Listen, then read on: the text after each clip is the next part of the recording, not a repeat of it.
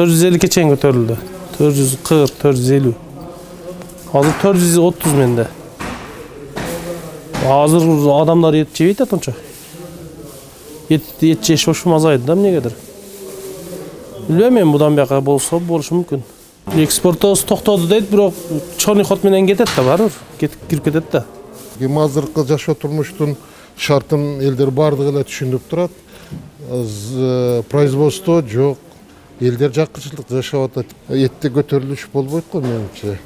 Тим более Кыргызстан өзү мал чарбачылыкты регион болуп эсептелет.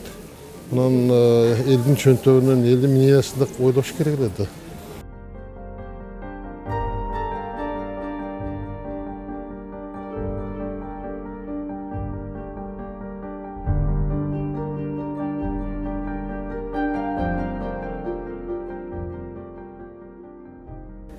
Быйылкы жылда тоюттун баасы былтыркы жылга караганда кымбатыраак болот экен. Ошол чөп 200 сомдон ашык болду, бир түбү күн жара жана жемдер. Кийинки 2-3 жуманын ичинде бул мал базардан дагы эттин малдын баасы түшсө, дагы эт уже түшөт экен да. Канча сен түшөт? Бул эми бир убакыт көрсөтөт, эми 2-3 жумада түшөткө деген ойдобуз. Өзүңөр да белгилүү. Мал алып барасың, бир жума сата албайсың. Кийинки жума дагы апарасың, сата албайсың. Анан уже түшүрүп сатканга туура келет. Бул базар экономикасы.